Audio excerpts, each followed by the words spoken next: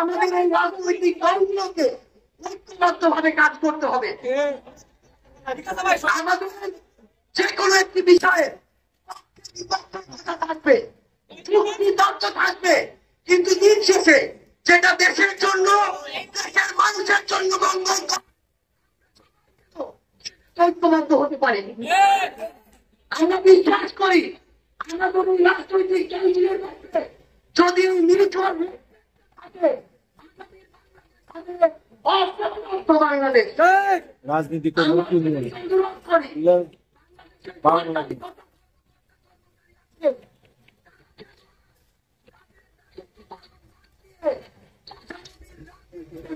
হয়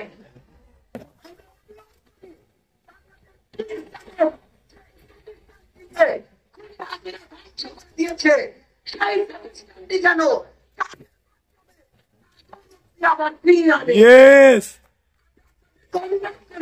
সরকারি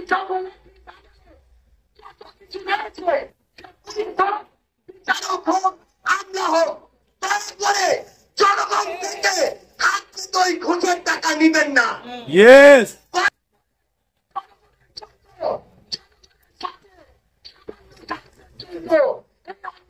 করবেন না।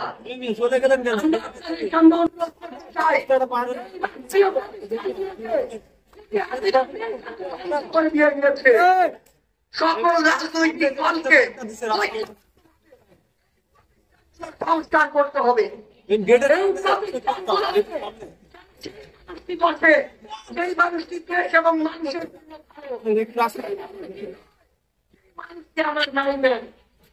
আমাদের একটি জিনিস লক্ষ্য রাখতে হবে, আমার সামনে আমার আহত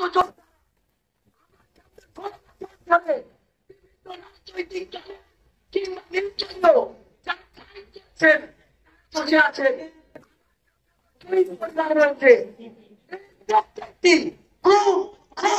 বিচার বহির্ভূত হত্যা, এগুলোর বিচার জন্য আমরা ঐক্যবদ্ধ এই খুনি ঐক্যবদ্ধ ভাবে করি।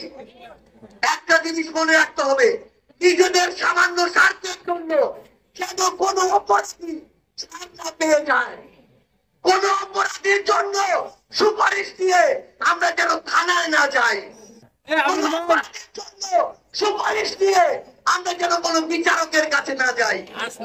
এই নতুন বাংলাদেশে ধ্বজভঙ্গ শিক্ষার ঠিক করতে হবে, বাংলাদেশকে বাংলাদেশ হিসেবে গড়ে তুলতে হবে। আমরা আপনাদের কাছে অনুরোধ করি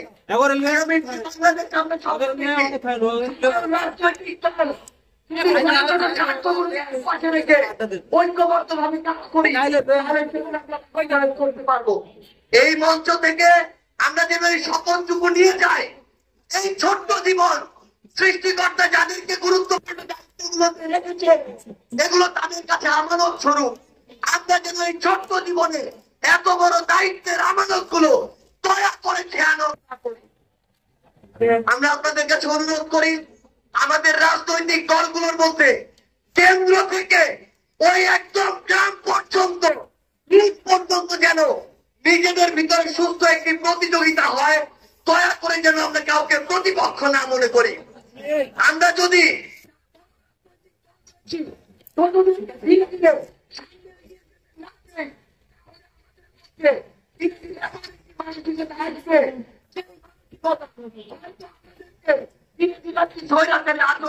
নিয়ে যেতে পারি, যেন সবসময় আমি সহ আমরা সবাই উনি হাসিনাকে দেখে যেন শিক্ষা নেই। আমরা আপনাদের কাছে অনুরোধ করি, আগামীর বাংলাদেশকে আমরা ঐক্যবদ্ধ ভাবে গড়বো এবং একটা জিনিস শুধু দেশ এবং মানুষের স্বার্থকে সবার আগে রেখে যদি আমরা এগিয়ে যেতে পারি, তাহলে আমাদের কাঙ্ক্ষিত বাংলাদেশ সম্ভব।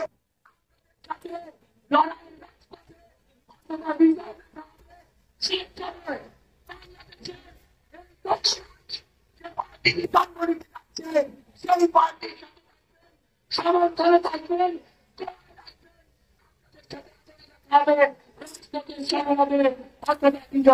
ধন্যবাদ সবাইকে।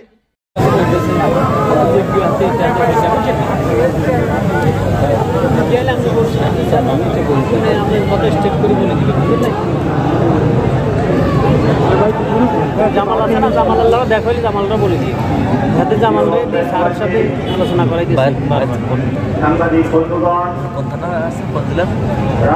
মিরপুর থেকে, মিরপুর 10 আর স্যার 10-12 দিন আগে কাগজ দিয়েছে, খুঁজে পাইবেন। সেদিকটা হয়েছে প্যাটার্ন নিয়ে আসছে।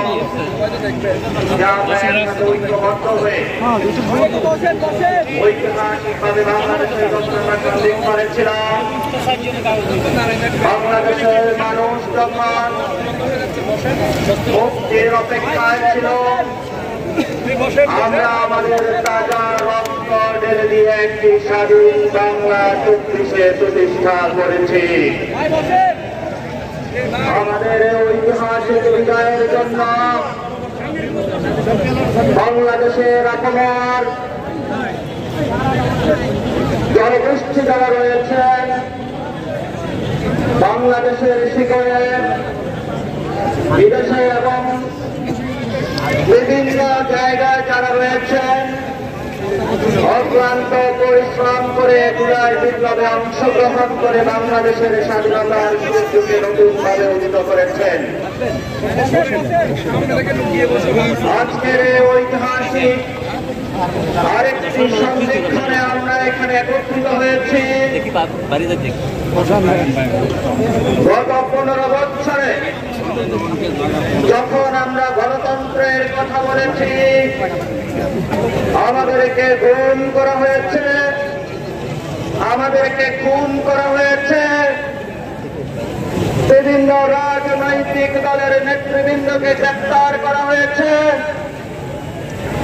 বিভিন্ন রাজনৈতিক দলের নেতৃবৃন্দকে শুধু গ্রেপ্তার নয়, দেশ ছাড়াও করা হয়েছিল। এই সকল প্রতিবন্ধকতা সত্ত্বেও সেই খুনি হাসিনার সামনে ইস্পাত কঠিন ভর্তির মতন দাঁড়িয়ে বিভিন্ন রাজনৈতিক দল, বিভিন্ন রাজনৈতিক পক্ষ এবং গোষ্ঠী বাংলাদেশের সেই 47 সাল থেকে যে লড়াই শুরু হয়েছিল, তারা তাদের সেই পতাকা মানুষের সামনে উড্ডীন করে রেখেছিল। কিন্তু গত নির্বাচনের পরে যখন মানুষ আশাহত হয়েছিল, আমাদের সেই ছাত্র ভাইয়েরা লাস্ট আশার প্রতীক হিসাবে জনগণের সামনে উদয় হয়েছিল। আমরা এই জন্য যে সকল রাজনৈতিক বৃন্দ, দল, পক্ষ, গোষ্ঠী গত 15 বছরে নির্যাতনের শিকার হয়েছেন, হামলার শিকার হয়েছেন, গণগ্রেপ্তারের শিকার হয়েছেন, দেশ ছাড়া হয়েছেন, জীবনের আর্থিক মূল্য দিয়েছেন, আমরা তাদেরকে আজকে মঞ্চ থেকে সংগ্রামী অভিনন্দন জানাচ্ছি। আজকে তারা এখানে আমাদের সেই বিকাল 3টায় উপস্থিত হয়েছেন। আমরা যত সময় উপস্থিত হতে পারিনি, ঢাকার মধ্যে প্রচন্ড জ্যাম, আমরা আপনাদের কাছে দুঃখ প্রকাশ করছি। সারা বাংলাদেশ থেকে গত 8 সেপ্টেম্বরে একটি রাজনৈতিক প্ল্যাটফর্ম ঘোষিত হয়েছিল জাতীয় নাগরিক কমিটি।